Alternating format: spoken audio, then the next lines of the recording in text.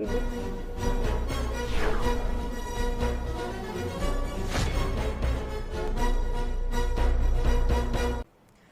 ناظرین واقع دائندہ آلو اسلام آباد میں وفاقی وزیر مصدق ملک پریس کانفرنس کر رہے ہیں۔ اگر خدا شاہد ہے کہ اگر آپ وہ تمام کاغذات پڑھیں اور وہ اعلانات سنیں جو وزیر اعظم کر کے گئے ہیں تو تو یہی چاہتا ہے کہ میں کہوں اس سازش کے خلاف جو ملک کے خلاف جس کا وہ اب برملا اظہار کر رہے ہیں، کبھی ٹکڑوں کی شکل میں، کبھی اداروں کی شکل میں، تو اس سازش سے ملک کو بچانے کے لیے یا ملک کو بربادی سے بچانے کے لیے یہ بہت مشکل فیصلہ کیا گیا ہے، مگر یہ بہت اہم فیصلہ تھا۔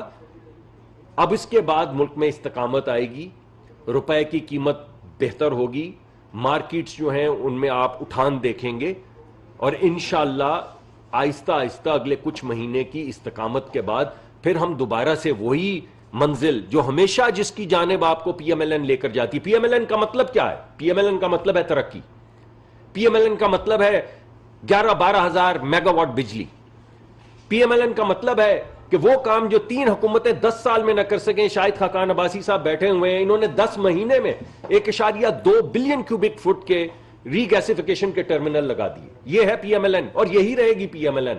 سڑکوں کے بھی جال بچھیں گے، لوگوں کو نوکریاں بھی ملیں گی، غربت میں کمی بھی آئے گی، انفلیشن پہ بھی اللہ تعالیٰ کے کرم سے کنٹرول ہم کریں گے، اور ترقی کی راہ پہ آنے والے 3-4 مہینے کے اس استقامت کے سفر کے بعد ترقی کا سفر آپ کے سامنے آنا شروع ہو جائے گا۔ میں درخواست کروں گا سر، آپ چھوٹا سا سوال یہ ہے کہ جو پچھلی گورنمنٹ تھی انہوں نے پیٹرول 4 سالوں میں 113 سے 49 پر لائے، اور آپ لوگوں نے مہنگائی مارچ بھی کی ہے اور سب کے سامنے آپ کی اسٹیٹمنٹس بھی موجود ہیں۔ آپ 6 دنوں میں 60 دن کو کس طرح جسٹیفائی کریں گے؟ سادہ سا سوال۔ دیکھیں، دنیا میں کوئی ملک نہیں ہے جو قیمت خرید سے کم پہ پیٹرول بیچتا ہو، اور پاکستان نے بھی نہیں بیچا۔ پاکستان نے پچھلی حکومت میں 30 روپے ماہانہ ایک لیوی تھی، فیڈرل لیوی، اور 17% سیلز ٹیکس تھا۔ آج نہ لیوی ہے نہ سیلز ٹیکس ہے۔ آج صرف جو قیمت خرید ہے وہ بھی پوری طرح عوام سے وصول نہیں کی جا رہی۔ یہ بات ذہن نشین ہونی چاہیے کہ آج جس قیمت پر حکومت پیٹرول انٹرنیشنل مارکیٹ سے خریدتی ہے اس سے کم پیسے پر عوام کو دے رہی ہے۔ اس کی وجوہات کیا ہیں؟ اس کی بنیادی وجہ آج جو دنیا میں کموڈیٹیز اور خاص طور پر تیل کی جو قیمت ہے، یہ بنیادی وجہ یہ ہے، اور دوسری وجہ جو روپے کی قدر میں کمی ہے ڈالر کے مقابلے میں۔ پیٹرول ڈالروں میں آتا ہے، جب روپیہ کمزور ہوگا اس کی قیمت میں اضافہ ہو جائے گا۔ اب اس کے اثرات کیا ہیں؟ اگر یہ بہت ہی مشکل فیصلہ تھا، ہم نے 3 ہفتے یہ اس بات کا جائزہ لیا کہ کیا ہم وہ فیصلہ جو پچھلی حکومت اپنے آخری دن کر گئی، جس نے مکمل طور پر جو ان کی کمٹمنٹس تھیں دنیا کے مالیاتی اداروں سے ان کی نفی کی، اور جس کا بوجھ آج ملک پر اتنا تھا کہ اگر یہ قیمت نہ بڑھائی جاتی آپ کی معیشت تباہ ہو جاتی، آپ ملک میں مہنگائی کا بے پناہ اضافہ ہوتا۔ اس سے بھی مہنگائی یقیناً آئے گی، جب پیٹرول یا ڈیزل کی قیمت بڑھتی ہے مہنگائی میں اضافہ ہوتا ہے، لیکن اگر یہ اضافی قرضے لے کر ملک کے مالیاتی نظام کی نفی کر کے دنیا سے کہ مالیاتی اداروں سے جو آپ کے معاہدے ہیں ان کی نفی کر کے اگر ہم اس قیمت کو اضافی قرضے لے کر برداشت کرتے تو ملک کے اندر ایک مہنگائی کا سیلاب آتا۔